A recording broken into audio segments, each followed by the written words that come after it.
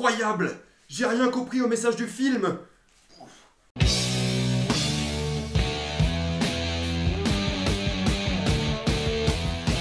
Ready Player One avec spoiler. Il y a une vidéo sans spoiler qui sera complémentaire à celle-ci, je vous conseille fortement d'aller la voir, elle sera dans la description et dans le commentaire épinglé. Et le film commence avec un gris très moche, des stacks, c'est ce que je me suis dit, premièrement je me dis ah c'est vraiment moche, on dirait un parking d'un film Marvel, qui avec ce plan séquence qui suit un peu Wade Watts, avec la musique de Van Halen, c'est Jump de Van Halen il me semble, et c'est juste gris et moche.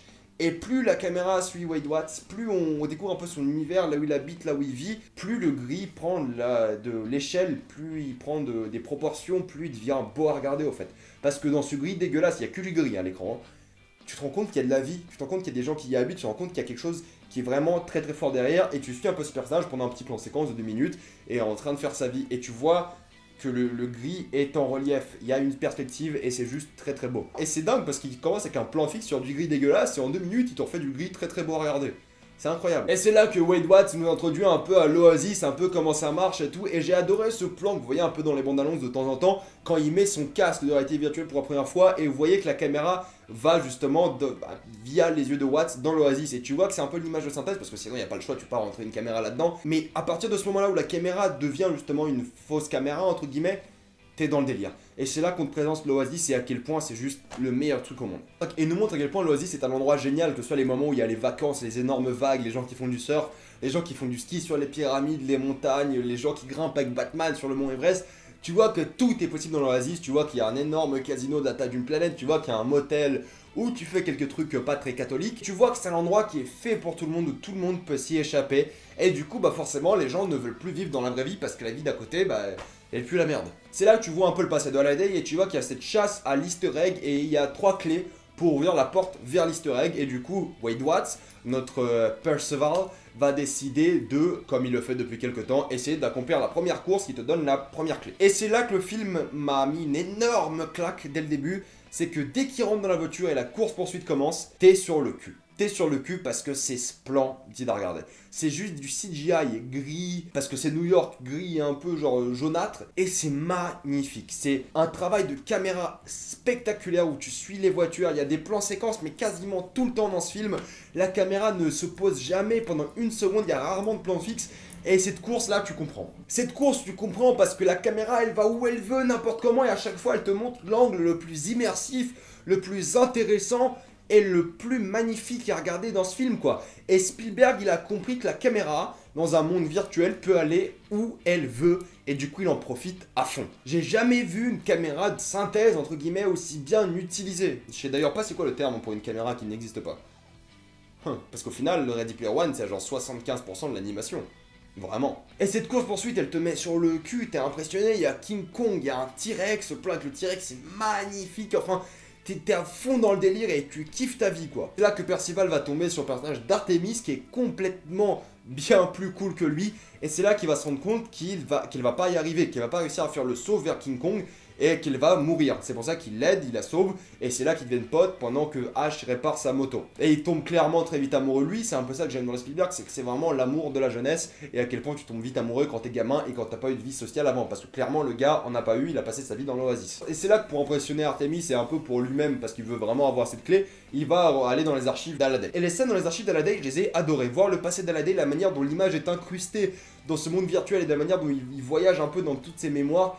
J'ai adoré ces passages, surtout quand tu connais la fin et que Simon Pegg est au final le robot qui accède aux archives. Ça rend le truc beaucoup plus intéressant. Mais j'ai adoré voir son passé comme ça, ce qu'il a brisé, la manière dont il a mis ce qu'il a brisé dans le film, et c'est vraiment dans le film, dans le easter egg, et c'est ça qui a beaucoup joué là-dedans. J'ai trouvé un peu facile le fait de tu dois aller à reculons très très vite, parce que je pense que d'autres personnes l'auraient un peu remarqué, mais ça joue vraiment sur cette magie de l'enfance et ça me dérange vraiment pas. C'est vraiment l'indice que t'as remarqué qui est évident et que t'aurais dû remarquer avant. Après la vérité c'est qu'on sait pas combien de personnes ont fait leurs recherches aussi bien que Wade Watts et ont aussi bien compris d'où venait le personnage d'Hallyday et ce qu'il voulait interpréter, parce qu'on nous dit quand même que Wade Watts est l'un des plus grands fans d'Hallyday et il connaît sa vie par cœur. C'est ce qu'il dit quand il se fait interroger par Artemis d'ailleurs. C'est là que la course commence, Artemis voit le regard de Percival et il fait « toi tu sais quelque chose ». Ils commencent tous la course sauf Artemis qui regarde quand même Percival et lui il recule. Et c'est là que pour moi a commencé une déconstruction du mythe du jeu vidéo, c'est que il passe en dessous du monde de la cour, du jeu vidéo, un peu en mode no-clip, et il voit un peu j'ai envie de dire, tous les scripts et tout ce qui déclenche un passage comme ça dans un jeu vidéo, et tu vois quand même tout est formaté, tout est fabriqué, et c'est juste hyper kiffant. Et j'ai adoré ce plan avec King Kong qui remarque limite le personnage de Percival en train de passer la ligne d'arrivée. Et tu vois que ça reste un programme informatique, tu vois que c'est codé, tu vois que c'est kiffant, et c'est là qu'il va commencer à avoir de plus en plus de références aux jeux vidéo. Mais il faut quand même qu'on parle du niveau de Doom qui est littéralement sur la planète de Mars de Doom, où Ash défonce tout le monde, que ce soit en TPS, en first person. Il y a le personnage de StarCraft, je sais plus comment il s'appelle, celui de StarCraft 2 et 1 d'ailleurs, si je dis pas de bêtises. Il y a Freddy Krueger, enfin il y a tellement de monde dans cette scène-là. Je crois qu'il y a des personnages de Mortal Kombat, je crois que j'ai vu Scorpion à un moment de Mortal Kombat, si je dis pas de bêtises. Enfin, la planète Doom, c'est l'endroit le plus kiffant du jeu, quoi. Moi, je serais dans le monde Doom, j'y serais tout le temps, c'est vraiment hyper kiffant. Je sais pas si j'ai vu des personnages de Doom. Par contre, je sais pas si j'ai vu un Marine, je sais pas si j'ai vu un Cyber Démon.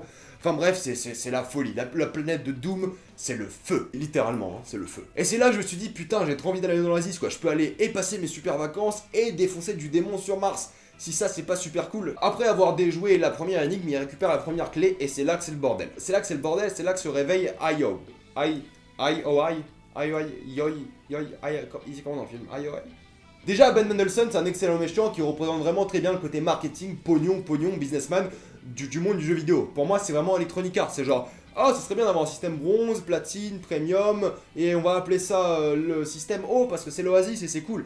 Ce qui est pas con au niveau marketing, ce qui est pas con, mais tu vois qu'il réfléchissait comme un marketeur, quoi, qui voulait se faire le plus de pognon possible. Et tu vois que à un moment, je sais pas, il est en train de parler et tout de je sais pas quel nouveau système, et t'es en mode, oh, ils vont dépenser 80% de plus de trucs, ils vont avoir plus d'armure, plus de trucs comme ça, il y aura plein de pop-up, ça va être génial. Et ça se voit avec les pubs sur l'armure de X1, justement, l'armure qu'ils vendent chez IO, qui te fait sentir tous tes trucs.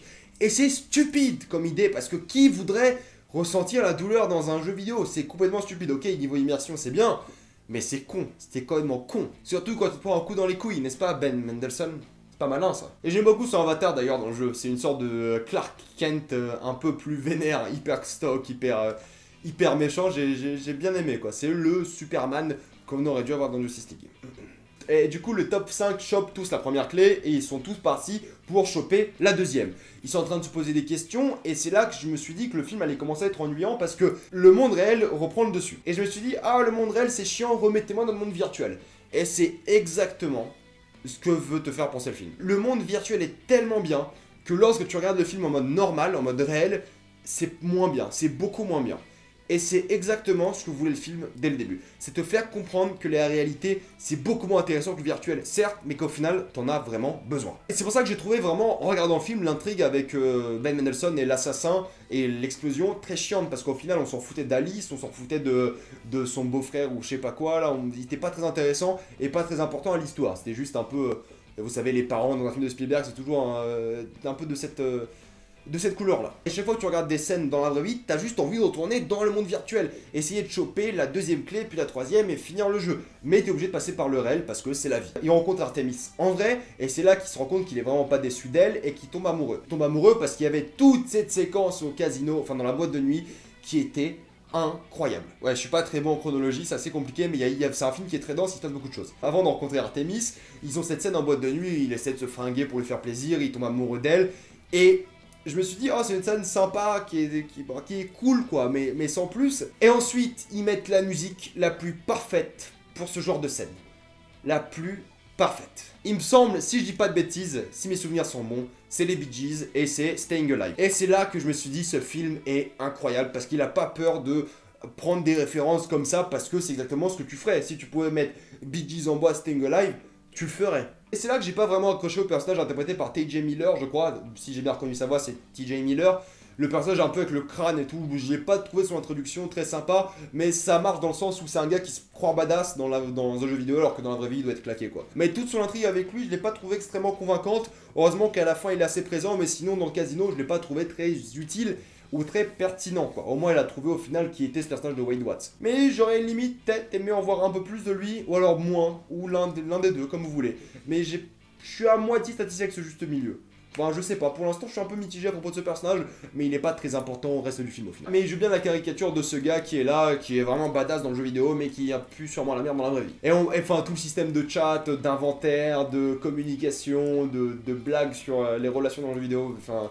c'est parfait quoi, ils en font partout et c'est génial. Tout ça pour dire qu'ils se rendent compte que le vrai saut qu'il fallait faire pour avoir la deuxième clé, c'est pas un saut dans le monde virtuel. Fallait pas sauter littéralement dans la boîte de nuit. Fallait sauter pour embrasser une fille. Et c'est ce qu'ils se rendent compte quand ils vont au cinéma et ils essaient de trouver le film qu'Haladay allait voir quand il était plus jeune avec son premier rencard qui est devenu la femme de Simon Pegg. Et le fait qu'ils aient choisi Shining est sûrement l'une des meilleures idées de scénario que j'ai vu depuis longtemps. Déjà que Stanley Kubrick et Steven Spielberg était comme ça quoi, c'est un excellent hommage à Shining, Stanley Kubrick, et surtout que le gars, Spielberg, a réussi à changer un film d'aventure qui était à la limite comique à certains moments, en un film d'horreur quoi, pendant 5 minutes. Et t'y croyais quoi, à chaque fois, parce que quand t'as vu Shining, tu sais ce qui se passe, quand t'as vu tout le délire, t'es terrifié. Et quand il y a la hache qui est rentrée dans la porte pour la première fois, j'ai sursauté parce que je m'y attendais pas, et j'ai eu peur, ça m'a mis mal à l'aise, et c'était pas une bonne scène, enfin c'était une excellente scène, mais niveau horreur, j'étais pas bien. Et en 5 minutes, en passant d'aventure à horreur, Spielberg a réussi à me faire peur, quoi. Alors qu'il y a des films d'horreur que je regarde pendant 1h30 qui me font pas peur. C'est un truc de ouf. Et c'était tellement beau, toute la danse avec les squelettes et ce personnage qui est réel, qui est pas en CGI, qui dansait avec le squelette, j'ai trouvé ça parfait, quoi. Par contre, s'il est en CGI, c'est la meilleure CGI que j'ai vue de ma vie. Mais je pense qu'il était incrusté, qu'il jouait un peu avec des trucs qui étaient en CGI. Et tout le décor du Shining, je crois qu'il est en full CGI, il est magnifique. Tu remarques pas que c'est un CGI. C'est tellement dur d'en parler ce film parce que je suis tellement en train d'y penser, de tout ce que j'ai aimé, c'est dur de reconstituer dans l'ordre tout ce qu'il y a de bien et tout, donc c'est un peu compliqué quoi. Même le personnage de Ash qui justement vit cette histoire du Shining et je trouve super intéressant. On sait que c'est pas un gars mais c'est une femme qui vit dans sa cave, dans la cave de sa mère à Détroit je crois. Et j'ai beaucoup aimé sa personnalité parce que ça reste quelqu'un de très cool, ils s'entendent très bien et ça reste quelqu'un de très attachant. Et j'ai beaucoup aimé c'est le fait que tu peux te construire une vraie relation dans la vraie vie via le jeu vidéo. Moi, je me suis fait des potes que j'ai rencontrés dans la vraie vie, que j'ai connus sur des forums ou sur des jeux vidéo. Et je suis pote avec eux, et je suis encore pote avec eux aujourd'hui, alors que ça date de, il y a genre 9 ou 10 ans, quoi. C'est vraiment, j'ai beaucoup aimé cet aspect-là, parce que ça respecte vraiment le jeu vidéo de toutes ses manières. Déjà, dans les règles du jeu vidéo, de comment ça marche, que ce soit la perspective, l'inventaire, tout ça, mais aussi les relations que tu peux t'y construire. Et les références, forcément. Ce logo d'Half-Life dans le van de H, excellent. Excellent. Et le logo de Mortal Kombat sur le truc de Soft Exo qu'il avait, je crois. Excellent aussi. Ouais, je suis pas compliqué, mais alors là, vous mettez plein de jeux vidéo qui ont fait mon enfance, je kiffe. Il y avait pas Rayman par contre. Dommage, Spielberg, t'as raté ta chance, t'as raté ton film. Il chope la deuxième clé, et c'est à partir de là que le film devient de plus en plus réel. C'est là que tu te rapproches de la réalité. C'est là qu'il se fait kidnapper, Artemis, c'est là qu'elle joue dans cette fabrique où tu dois payer tes dettes, ce qui me semble assez illogique parce que du coup, tu dois payer tes dettes, du coup, tu dois travailler pour eux. Mais ensuite, il y a une police à la fin. Du coup, c'est légal ce qu'ils font de kidnapper les gens et les faire jouer jusqu'à ce qu'ils payent leurs dettes avec un système foireux. Ouais, apparemment c'est légal, hein, je sais pas. La police est jamais là sauf à la fin, j'ai trouvé ça assez choquant. Bref, tout ça pour... voilà, je sais pas. Je crois que je suis en train de rater plein de scènes du film.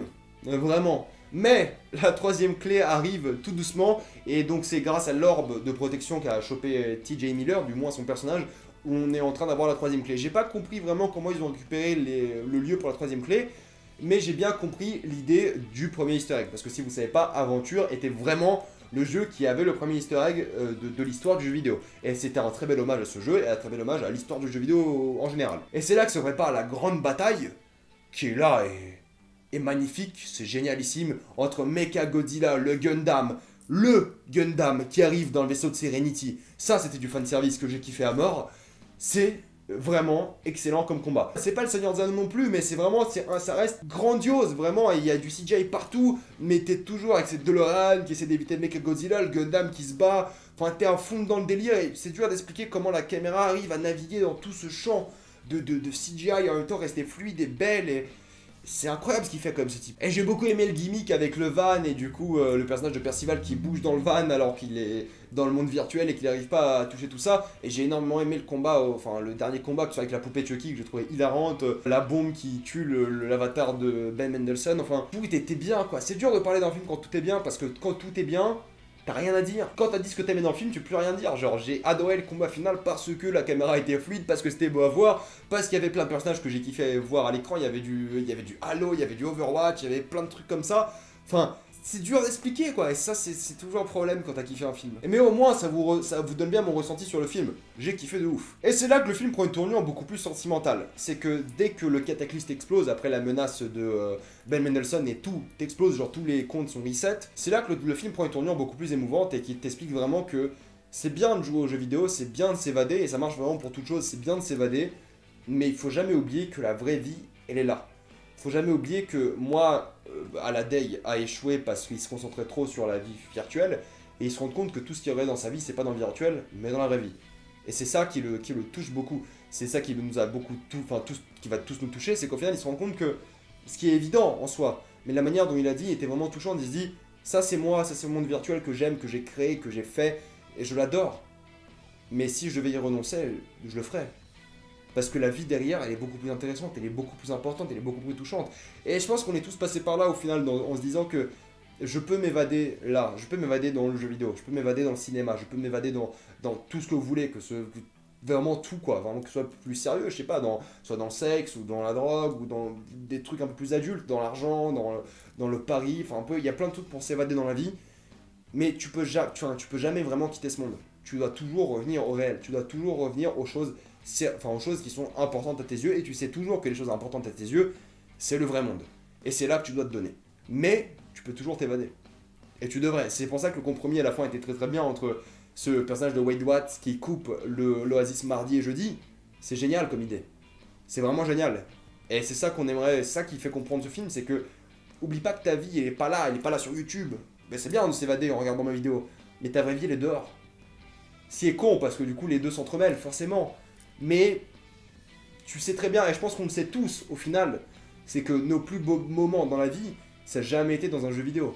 Ça n'a jamais été au cinéma. Enfin, peut-être, mais parce que c'est une passion, mais les plus beaux moments de votre vie, ça a été avec quelqu'un, ça a été dehors, ça a été un moment, une lueur, un paysage, un truc que vous avez réellement vécu. Et ça, c'est un message qui est très très fort, parce qu'on s'y reconnaît tous. Il n'y a pas quelqu'un qui ne s'évade pas. Ça n'existe pas. Que ce soit par exemple moi avec YouTube, c'est une manière de s'évader aussi, que je le veuille ou pas, que ce soit intentionnel ou pas, c'est une manière de s'évader, mais moi je sais que ma vie elle est là. Et ça qui est important, c'est que ça te rappelle vraiment, et ça touche vraiment là-dessus, c'est que oublie pas le bonheur de la vraie vie qui est dehors. Même si ça va pas bien, même si ça va bien, il y a du bonheur là dehors, et tu sais que c'est là que tu vas passer tes meilleurs moments. Donc de temps en temps, coupe ton casque et va sortir, va t'amuser, va rigoler, fais-toi des potes, fais-toi des amours, et profite, c'est un peu le beau message du film. Et ce que j'ai trouvé génial, c'est que Ben Mendelsohn a vraiment compris ça quand il voit justement Wade Watts avec l'Oasis dans la main. C'est qu'il se rend compte que ça apporte tellement de bonheur aux gens qu'il est en train de gâcher quelque chose de magnifique. Et c'est un beau message. C'est un beau message parce que ça part de virtuel et ça prend de plus en plus de place dans notre vie de tous les jours. Mais des fois, il faut juste poser son téléphone. Et je pense qu'on le fait tous de temps en temps. Des fois, tu poses ton téléphone, je sais pas, tu te prends un week-end, tu vas en voyage, tu fais un truc qui change.